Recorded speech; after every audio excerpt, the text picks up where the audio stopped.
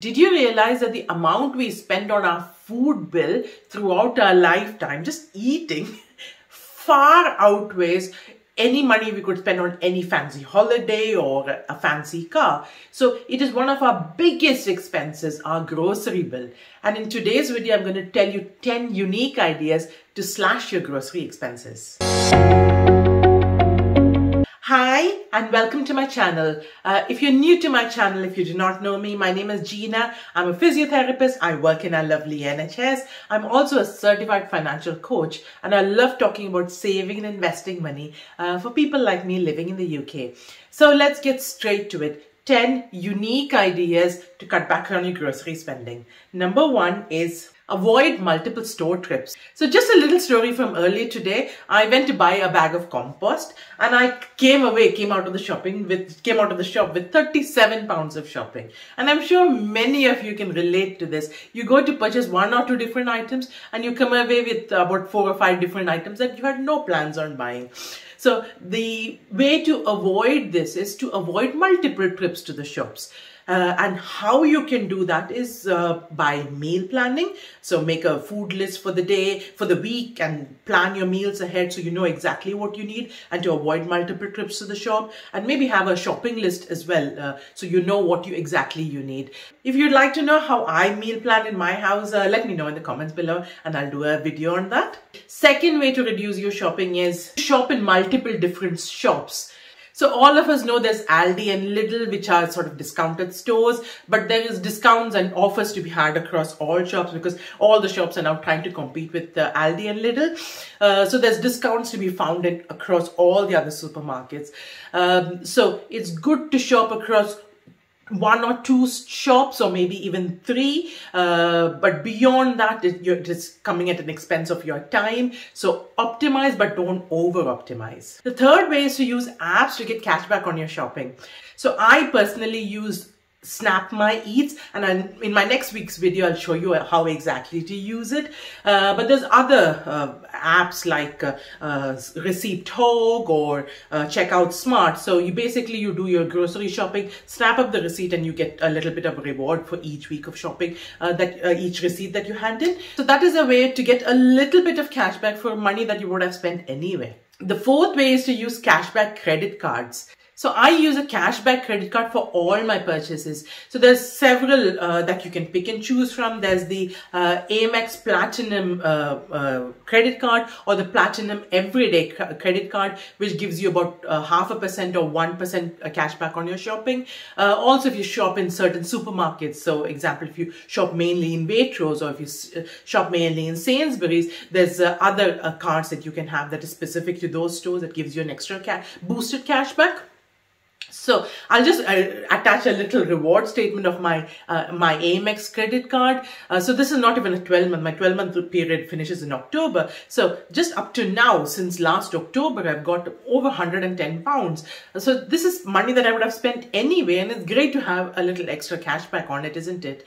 The big disclaimer is there is no point having cashback if you cannot pay off the credit card in full. The interest you will charge is extortionate compared to any other credit card with these reward credit cards. So big disclaimer is always pay it off in full. The next big tip to cut back on your grocery spending is if you do mainly online grocery purchases. If you're a fan of online grocery spending, do not forget to use Top Cashback or Quidco just for an additional cashback on your shopping. If you're new to Quidco or Top Cashback, I've got my referral link where both of us will get a little bit of cashback. I'll put that in the description box below.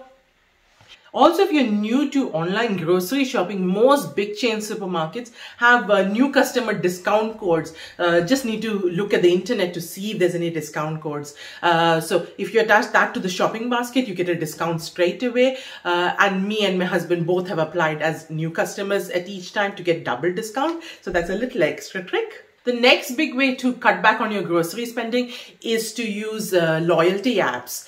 So most big chain supermarkets have a loyalty scheme attached to their shop. So Sainsbury's has the Nectar scheme, Tesco has their Club Card scheme, Morrison's has Morrison's and More, Co-op has their own, etc. And all of these have apps. I know carrying the card, the Nectar card or all these different cards around in your purse can be quite annoying. So most of them have their apps as well. So you can just scan the barcode with the app these days. If you're a fan of Lidl, if you've got a Lidl and you shop at Lidl, Lidl's Lidl Plus app is one of the best apps. So besides getting a lot of discount and vouchers like the other shopping apps, they also have a £12 discount for every 200 pounds you spend. So if you're regular shopping, if you're shopping for your family, it's easily spend 200 pounds at Lidl, isn't it? So if you're a Lidl if you shop at Lidl, please do not forget the Lidl Plus app. The next big tip to cut back on your grocery spending is to buy spares. So buy spares of things that you really cannot manage without. So in our household, we cannot manage without milk. So I always have some long life milk handy. I also cannot manage without bread. So I have a loaf of bread away in the freezer.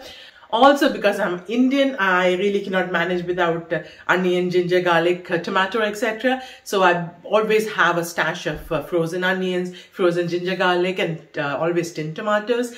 So buy spares of things that you really cannot manage without. So the next big tip comes with vegetables. So I was also extremely suspicious of frozen vegetables till before the lockdown. And then lockdown came and I didn't want to go to the shops very often. So we started trialing frozen veg. And now I'm such a big fan of frozen veg. It fits perfectly for a lazy person like me, that there's no veg going off in the fridge. It is cheaper and there is no waste, food waste. So now I've tried so many different kinds of frozen veg. Yes, peas and mixed vegetables, that is normal. But I've also tried beans, which makes lovely Indian vegetables, Indian sabjis, if you're a fan of Indian sabjis. Also corn and things. My kids love corn, so I just put it in the microwave for a few seconds.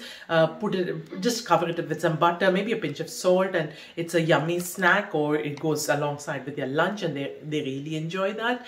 I also use peas alongside frozen mushrooms and things for maybe a sandwich filler with alongside some chicken or some paneer, or maybe just a stir fry.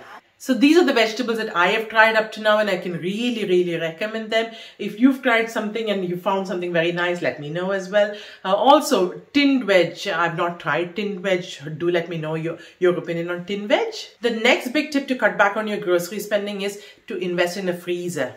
I know this may not be applicable for all of you, but if you do have the space, try and accommodate a deep freezer, maybe in the garage or maybe in a utility.